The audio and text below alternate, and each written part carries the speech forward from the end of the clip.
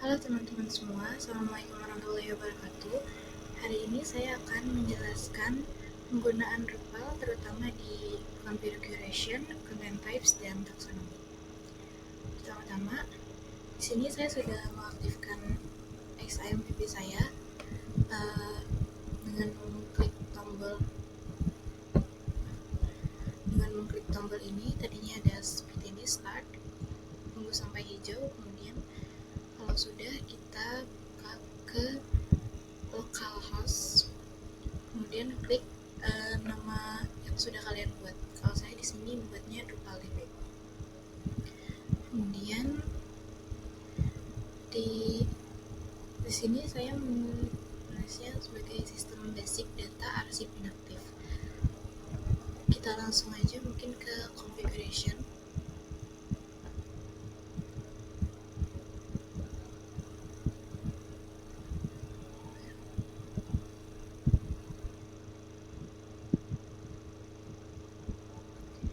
Nah, di sini di configuration ada people. Ini account setting. Configuration ini default user untuk akun setting, ada include fields, registrasi, dan email message. Kemudian ada content authority, text format dan editor, development, performance logging and error, maintenance mode, configuration synchronization, third page, ada URL aliases, kemudian di sebelah sini ada juga sistem. Untuk sistem ada basic site setting untuk mengubah nama site, kemudian alamat email, slogan, front page, error page, dan lain-lain. Kemudian ada cron untuk manage automatic site maintenance, kemudian delete or write, terus ada user interface shortcuts, ada media file system, image style, dan image toolkit. Kemudian di terakhir di sini ada regional dan language. Mungkin pertama-tama kita langsung buka di sini ya, people.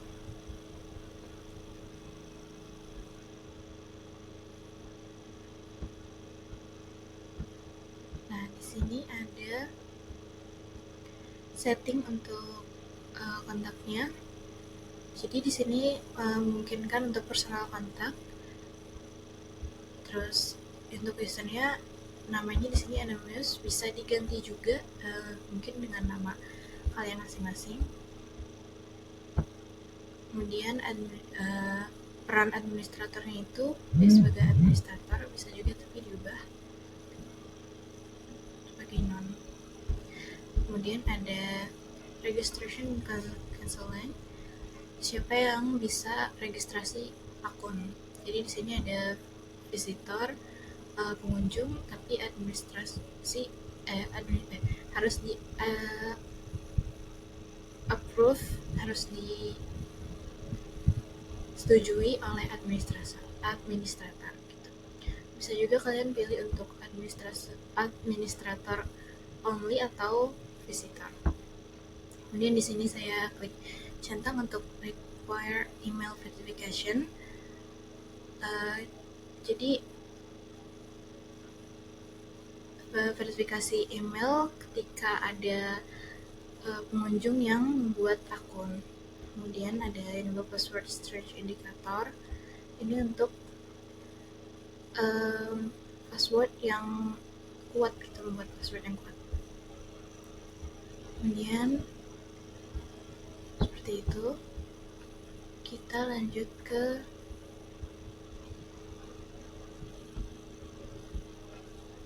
mungkin ke sini dulu ya, sistem di basic site setting.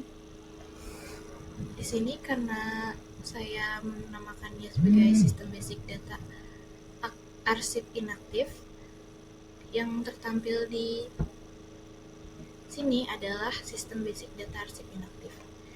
Tapi kalian bisa mengubahnya kembali, misalnya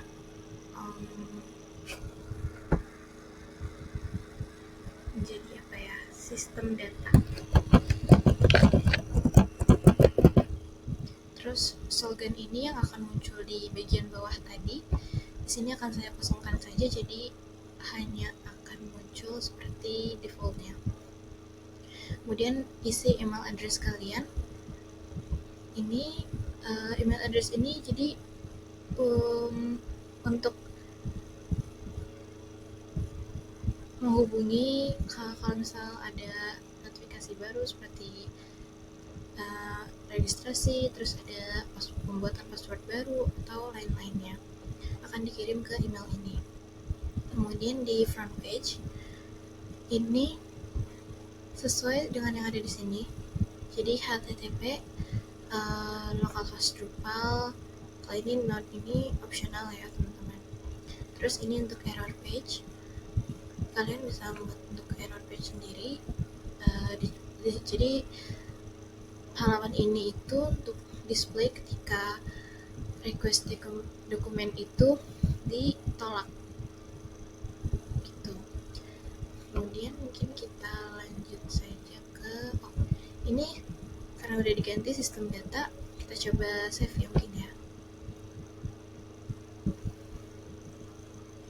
Nah, hasilnya akan jadi seperti ini tampilannya.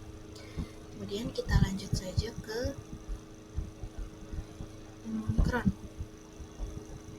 Di sini ada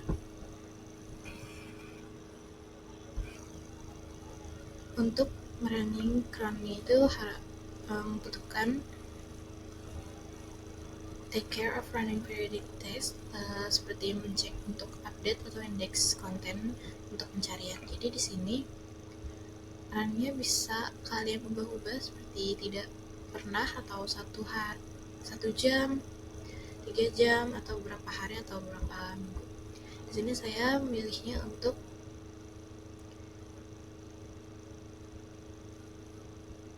run cron. Nah, last run-nya ini baru 1 detik yang lalu. Di sini saya memilihnya 3 jam ya. Kemudian kita save.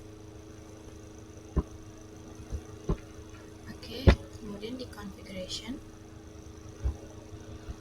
Di sini ada juga delete or ban. Kita klik. Ini untuk menghapus Orbit Campus Site ini untuk menghapus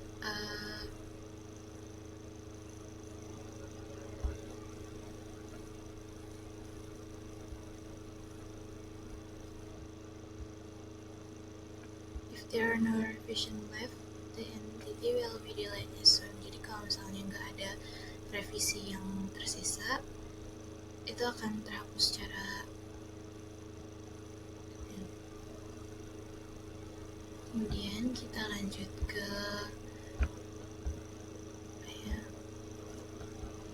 ini deh, kita lanjut ke content authoring, text format dan editor. Ada di sini text format yang mendefinisikan bagaimana teks ini difilter untuk output yang dan bagaimana HTML teks dan teks lainnya itu ditampilkan. Jadi misal di sini ini pakai configure, kalian bisa ganti-ganti operationnya.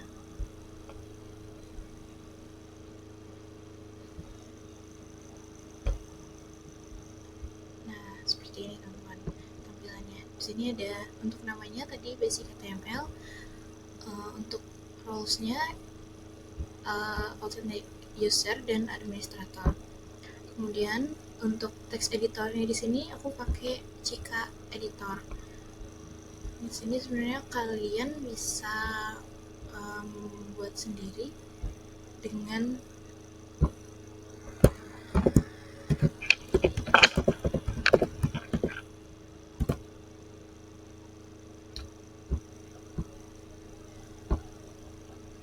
yang ini teman-teman.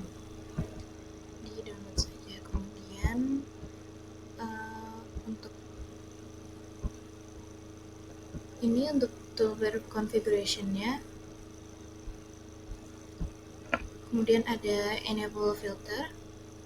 Di sini aku klik yang limit allowed untuk HTML text dan correct faulty. Kemudian ada alike image, use a data alike attribute on image. Jadi di sini kalian bisa ubah-ubah sendiri sesuai kebutuhan kalian. Mungkin bisa centang yang ini atau hanya yang ini saja sesuai punya aku. Kemudian ini HTML text yang diperbolehkan. Jadi ada banyak di sini, mulai dari code, field type, strong side, dan lain-lain. Kemudian kita lanjut ke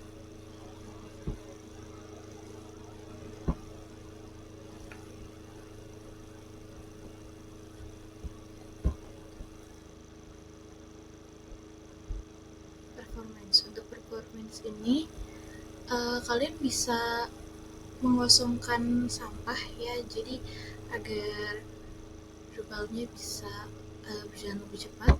Ini diklik aja, kemudian nanti akan muncul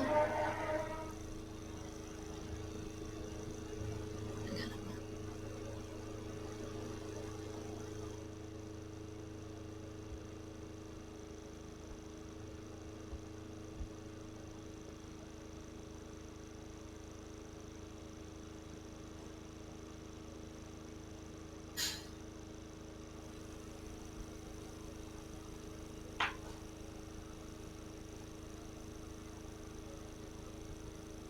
Nah, kemudian nanti akan muncul kalau cache atau sampahnya itu sudah dibersihkan.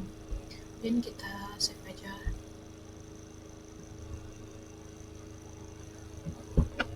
Selain itu, di configuration ini juga ada login dan error. Ini untuk pesan database load ini maksimum angka maksimum untuk pesan yang di keep di database log ini. Kemudian juga ada maintenance mode, ini untuk mode ketika membuat major updates lain-lain. Kalian bisa isi di sini. Site is currently under maintenance, jadi belum bisa digunakan ya kawan-kawan. Berikutnya mungkin kita ke media aja ya. File system di sini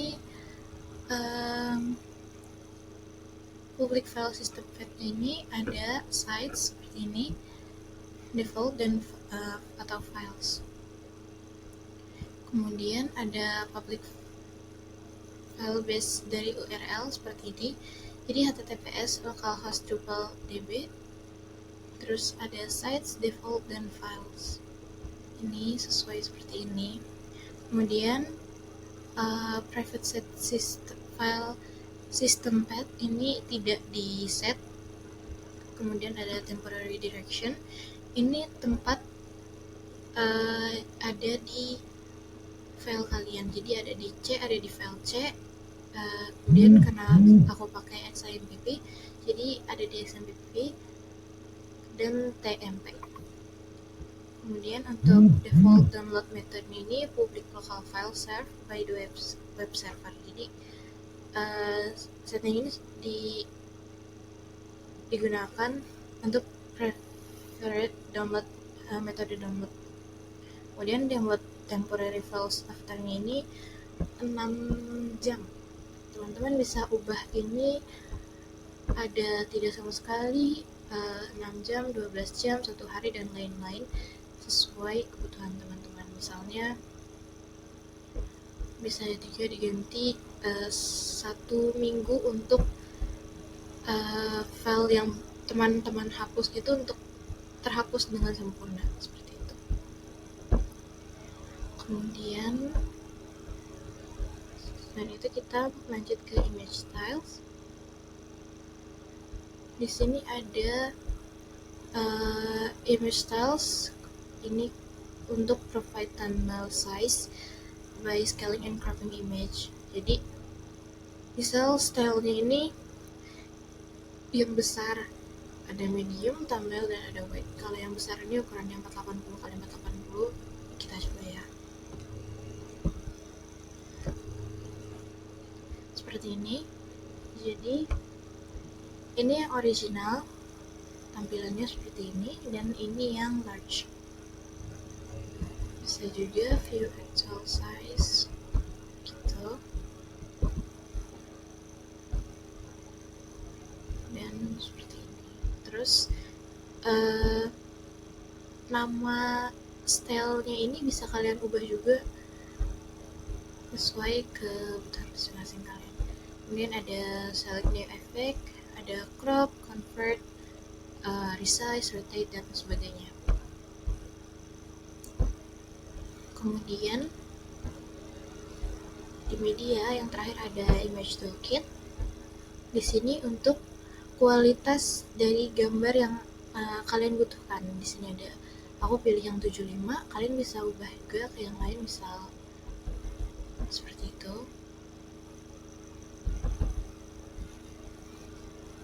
Kemudian kalau sudah, tinggal di save saja.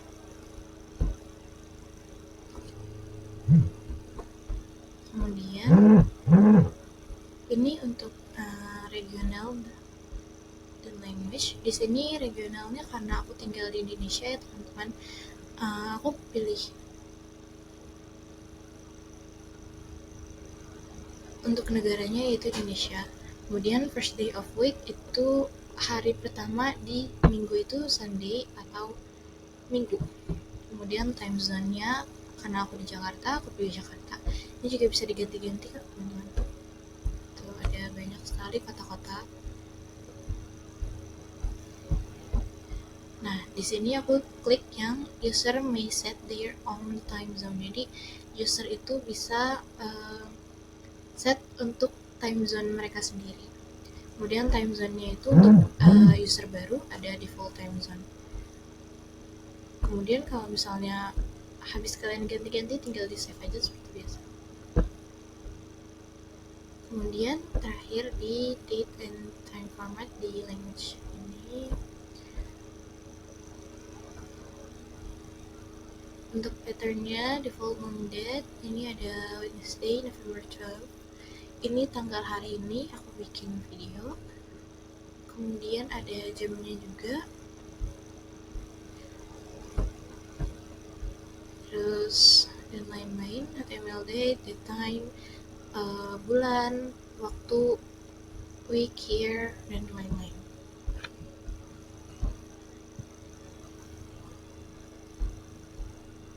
Oke, setelah kita selesai configuration,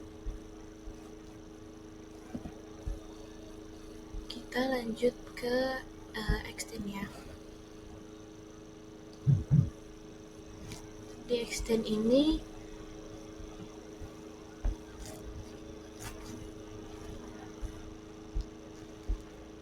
ini aku fungsinya adalah untuk review available update to maintain a secure and current site. Jadi review untuk update yang update terbaru untuk keamanan dan site saat ini. Kemudian ini yang aku checklist ini yang sudah terchecklist secara otomatis. Ada automatic cron yang tadi sudah kita run. Kemudian ada big pipe, block, breakpoint, CK editor, terus color, comment, configuration manage, contact, dan lain-lain. Kalian bisa klik yang belum terklik itu secara manual sesuai kebutuhan kalian. Terus ada core juga di sini, field layout, topik, workspace, dan lain-lain.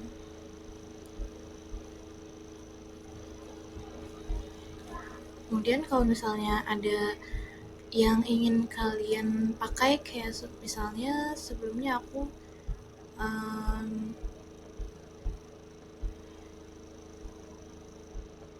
aku belum ada ini CK editor, tapi setelah di download muncul di sini, kemudian di checklist dan di install. Untuk installnya klik yang ini, install, kemudian nanti dia akan terinstall untuk Drupalnya. Kemudian mungkin kita akan langsung lanjut aja ke taksonomi yang akan saya jelaskan terakhir, ada di sini.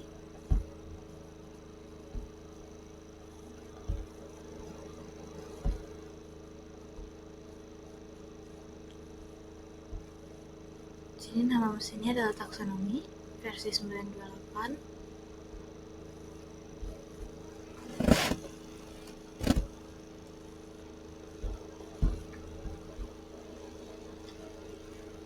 Oke.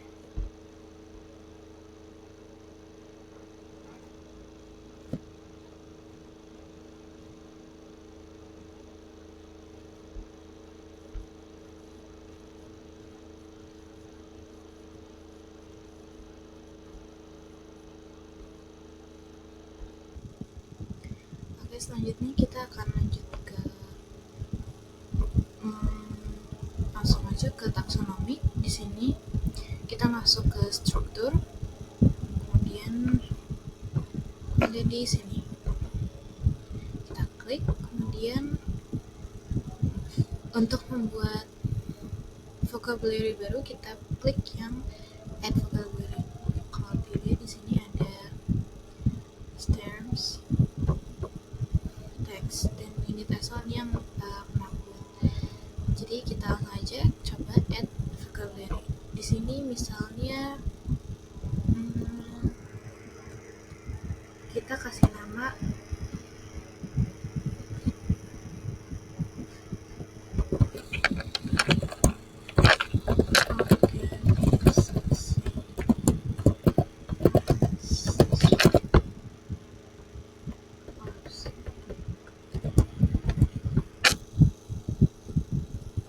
organisasi mahasiswa. Kemudian di sini kalian bisa tambahkan deskripsi atau enggak.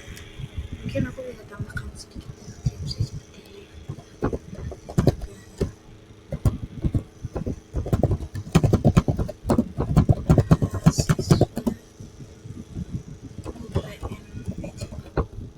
kemudian kita save. Setelah kita save, di sini ada sudah terbuat vocabulary baru bernama organisasi mahasiswa. Kemudian kita coba add terms. Nah, di add terms ini kita kasih nama, misalnya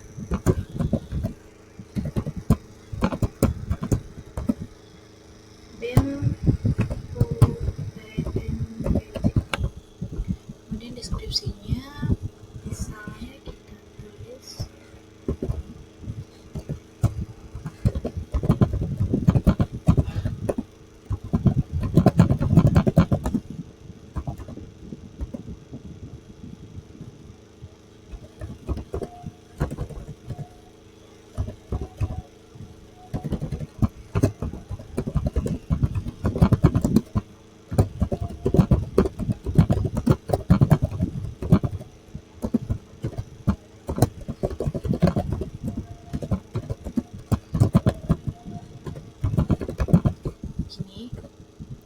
Kemudian untuk text formatnya di sini aku pakai yang basic HTML. Kalian bisa juga ganti ke full HTML atau restricted. Kemudian relation, ini yang parent terms-nya ini aku yang pakai root dan baiknya 0 aja. Kemudian kalian bisa juga bikin URL alias. Jadi kayak untuk dispesifikin itu jalan alternatifnya tuh ke gimana gitu, kayak terus ini klik yang publish untuk publish, kemudian kita save. Lama.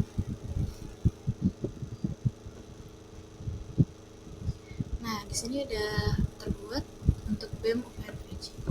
Kemudian kita tambahkan lagi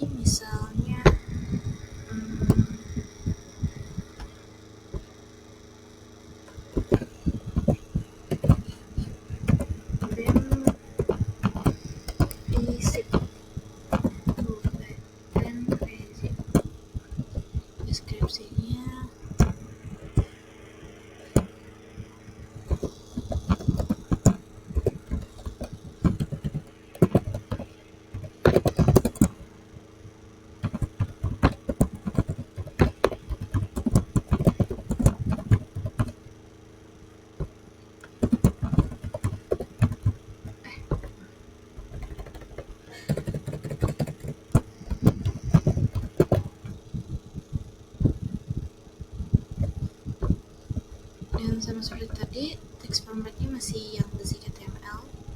Kemudian kita save.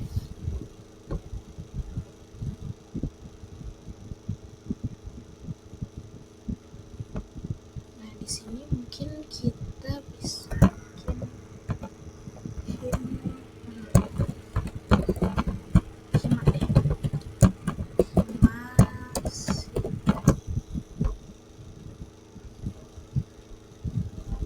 save,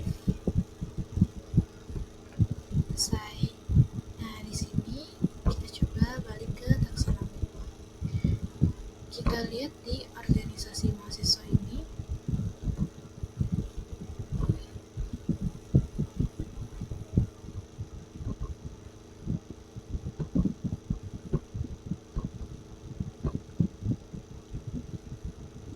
kita klik yang list terms. Kemudian di sini kalian bisa urutkan yang tadi. Kalau aku di sini kan tadi yang pertama itu yang paling atas listnya BEM UPNPJ, kemudian baru BEM FISIP. Ini juga bisa kita klik ya teman-teman, atau diedit.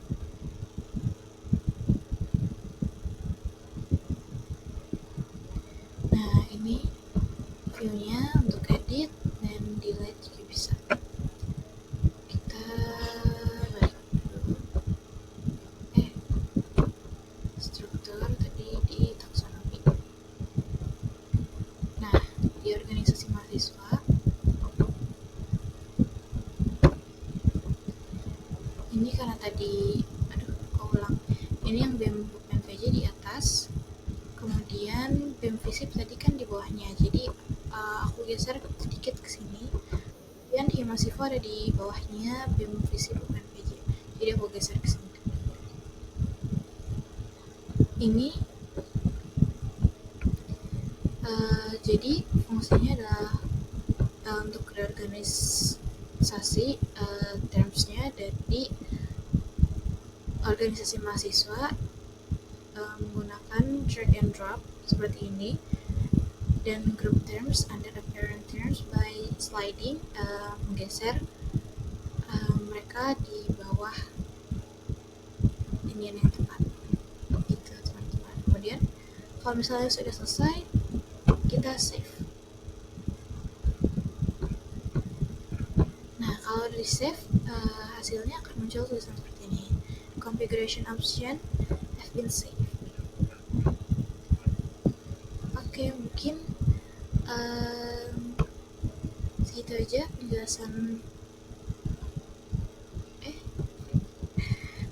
penjelasan